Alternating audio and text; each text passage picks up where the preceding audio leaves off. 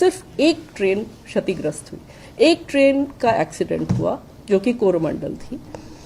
उस ट्रेन किसी कारण, जिस भी कारण के वजह से, जिसको हमें पता चलेगी अभी डिटेल में कि क्या कारण था, वो जो एक्सीडेंट ग्रस्त हुई और अप लूप लाइन में जो आयरन ओर की ट्रेन खड़ी हुई थी, जो मैंने आपको बताई मालगाड़ी, उससे टकराई।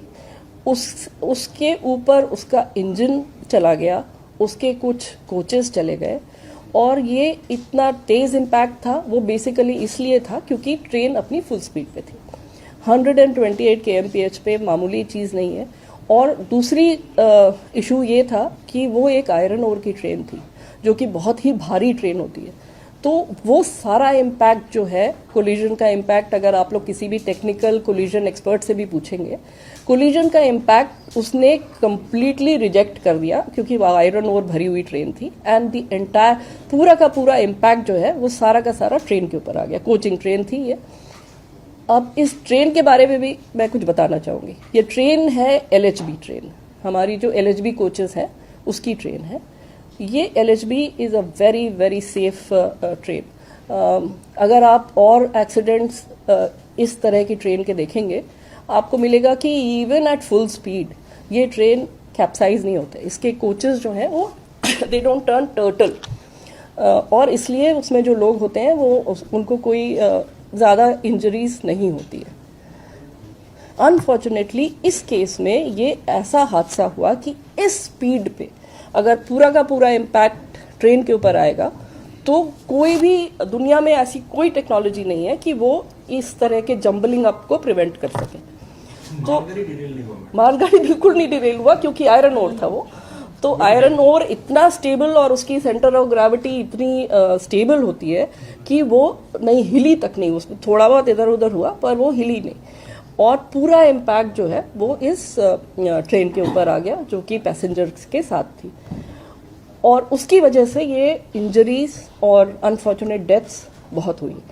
तो ये है बैकग्राउंड इसका। इसके साथ चूंकि इसके डिब्बे बिखर गए इम्पैक्ट की वजह से, कोलिजन की वजह से सारा इधर उधर बिखरे, तो उसमें से कुछ डिब्बे जो हैं वो अगर आप देखेंगे तो ये जो डाउन लाइन मेन लाइन है इसकी तरफ आ गए, और ये डाउन मेन लाइन पे यशवंतपुर एक्सप्रेस निकल रही थी, वो भी 126 की स्पीड पे जा रही थी। वो करीब करीब क्रॉस कर गई थी। वो तो मिस फॉर्चून है कि एक लिटरली एक फ्रैक्शन ऑफ सेकंड के लिए उसके पीछे के 2 डिब्बे थे जो कि इसके डिरेल डिब्बों के रास्ते में आ गए, और इन डिरेल डिब्बों के इम्पैक्ट से उसके आखिरी 2 डिब्बे वो भी डिरेल होके, यशवंतपुर एक्सप्रेस के, वो भी डिरेल होके दूसरी तरफ फिक गए। तो ये सारा इतनी स्पीड में और इतने मोमेंटम में था कि उसकी वजह से वो 2 डिब्बे भी क्षतिग्रस्त हुए और उसमें भी कुछ लोगों को बहुत इंजरीज हुई, कुछ डेथ्स भी हुई। ये हुई यशवंतपुर एक्सप्रेस जो कि उसमें इन्वॉल्व हो गई। उसके अलावा जो एक और मालगाड़ी दूसरी तरफ जो खड़ी हुई थी, जो हम जिसको डाउन लूप में दिखा रहे हैं ये आपको, स्टेशनरी गुड्स ट्रेन, ये इस पे भी थोड़ा सा वो डिब्बों का इम्पैक्ट हुआ पर कोई खास उसमें क्षति नहीं हुई।